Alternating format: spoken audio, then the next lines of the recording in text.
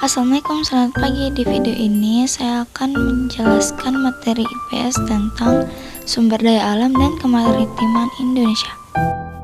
Pernahkah kalian mendengar istilah sumber daya alam?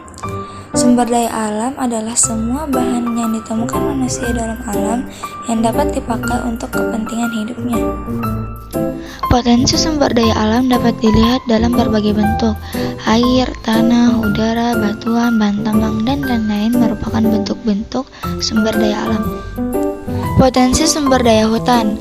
Hutan Indonesia memiliki potensi yang sangat besar, yaitu mencapai 99,6 juta hektar atau 52,3% dari luas wilayah Indonesia. Luas hutan yang besar tersebut saat ini dapat dijumpai di Papua, Sulawesi, Kalimantan, dan Sumatera. Sedangkan di Jawa, luas hutan telah mengalami banyak penurunan karena terjadi alih fungsi untuk pertanian dan permukiman penduduk.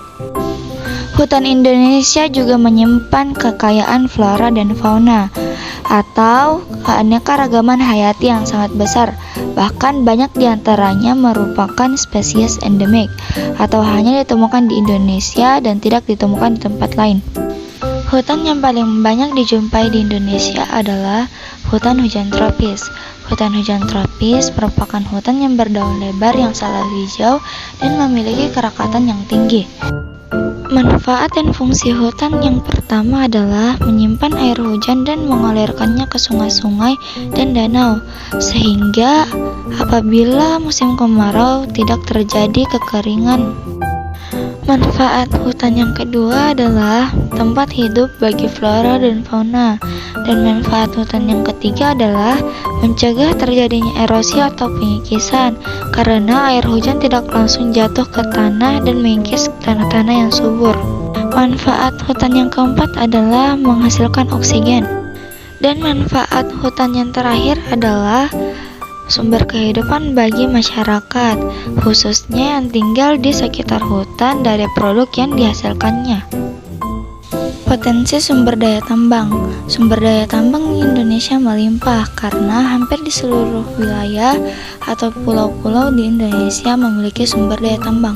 Sumber daya tambang di Indonesia tersebar di pulau Sumatera, Jawa, Kalimantan, Sulawesi, dan Papua.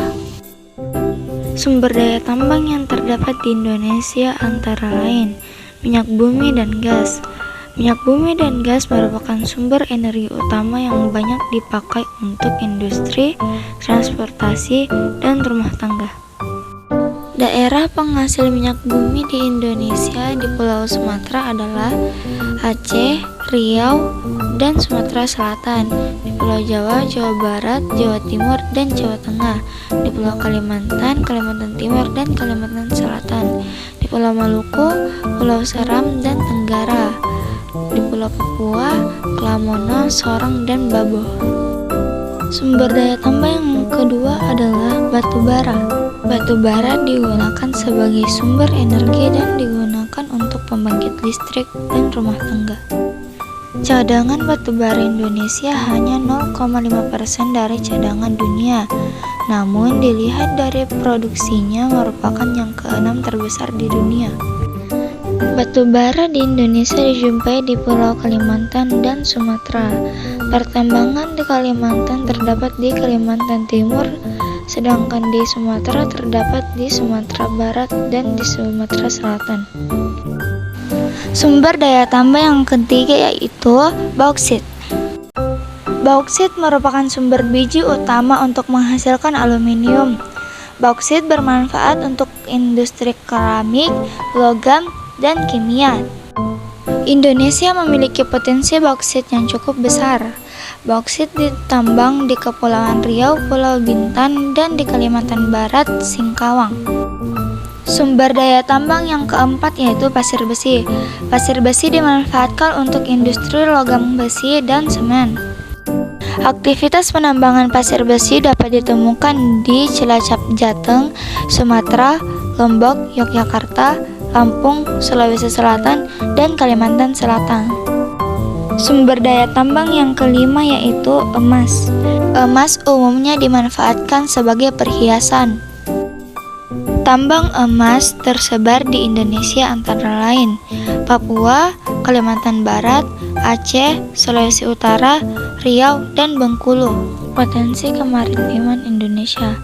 Luas laut Indonesia mencakup 2/3 dari seluruh luas wilayah Indonesia, yaitu 5,8 juta kilometer persegi, sehingga Indonesia sangat kaya akan potensi lautnya.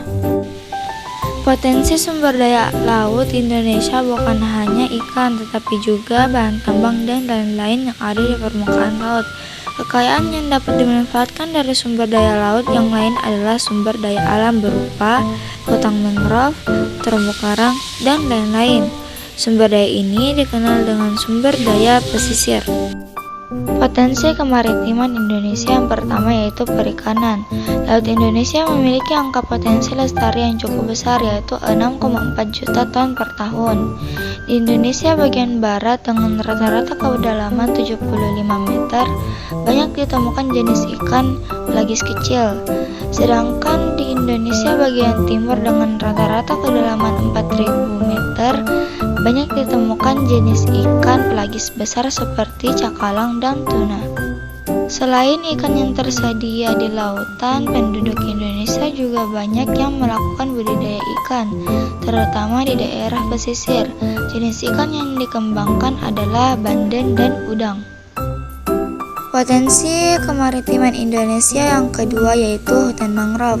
Hutan mangrove atau hutan bakau biasanya dimanfaatkan penduduk kayunya sebagai bahan bakar atau bahan pembuat arang. Kayu bakau juga dapat dijadikan sebagai bahan pembuat kertas. Selain kayu, hutan mangrove juga dihuni oleh beragam jenis fauna yang bernilai ekonomis, misalnya udang dan jenis ikan lainnya yang berkembang baik di wilayah ini. Hutan mangrove tersebar di pesisir barat Pulau Sumatera, pantai utara Pulau Jawa, pesisir Pulau Kalimantan, pesisir Pulau Sulawesi, dan pesisir sebelah selatan Papua, dan beberapa pulau kecil lainnya. Luas terbesar hutan mangrove berada di Papua. Potensi kemaritiman Indonesia yang ketiga yaitu terumbu karang. Sebagai negara kepulauan, Indonesia adalah negara yang memiliki terumbu karang terluas di dunia. Kekayaan terumbu karang Indonesia tidak hanya dari luasnya, tetapi juga keanekaragaman hayati yang ada di dalamnya. Di dalamnya terdapat 2.500 jenis ikan, 2.500 jenis moluska, 1.500 jenis udang-udangan, dan 590 jenis karang. Terumbu karang banyak ditemukan di wilayah Indonesia karena Indonesia berada di daerah tropis dan suhu perairannya hangat. Cukup sekian penjelasan saya di video ini. Saya harap penjelasan saya dapat mudah dipahami. Wassalamualaikum warahmatullahi wabarakatuh.